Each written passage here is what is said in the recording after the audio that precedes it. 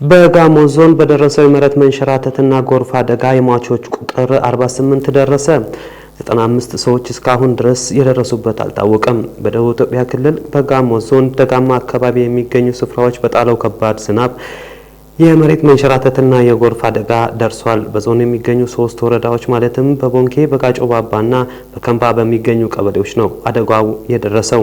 በዚህም ምክንያት የ48 ሰዎች ህይወት ያለፈ ሲሆን የ95 ሰዎች ከአካባቢ መጥፋታቸው በቀበሌ መመዝገቡን የደቡብ ኢትዮጵያ ክልል ፖሊስ ኮሚሽን ህዝብ ግንኙነትና ገጽታ ግንባታ ዳይሬክተር ምክትል ኮማንደር አሸናፊ ኃይሌ ለብስራት ሬዲዮ ተናግረዋል።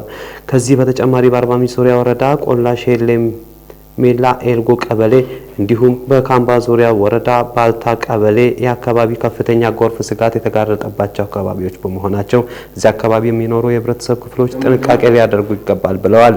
የአደጋው ሁኔታ እየተባባሰ ነው ያሉት ኮማንደሩ ሟቾቹ ቁጥር ሊጨምር ይችላል ሲሉ ለብስራት ሬዲዮ መናገራቸው ተዘግቧል።